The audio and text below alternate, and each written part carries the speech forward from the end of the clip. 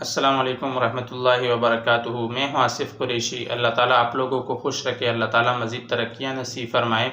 آج کا یہ بہت ضروری مسئلہ ہے، انتہائی اہم مسئلہ ہے، غور سے سنیے کہ عورت حیض سے پاک ہو جائے تو آیا شوہر غسل کے بغیر اسے ہم بستری کر سکتا ہے یا نہیں؟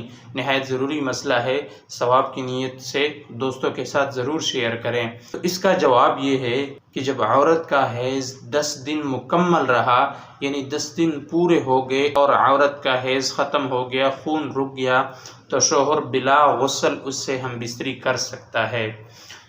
دوسری صورت یہ ہے، اگر حیض 10 دن سے کم رہا، 7 دن رہا، 6 دن رہا، اور اس کا معمول رہتا ہے کہ انہی دنوں میں ختم رہتا ہے، تو اس کے لیے صورت یہ ہے کہ جب حیض ختم ہو جائے، خون رک جائے عورت کا، تو ایک نماز کا وقت گزر جائے، پھر اس سے بلا غسل ہم بستری کر سکتا ہے۔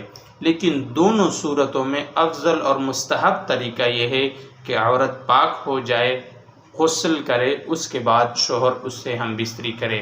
لیکن ان دونوں صورتوں میں ہم بستری بلا غسل بھی جائز ہے۔ جزاکم اللہ خیراً۔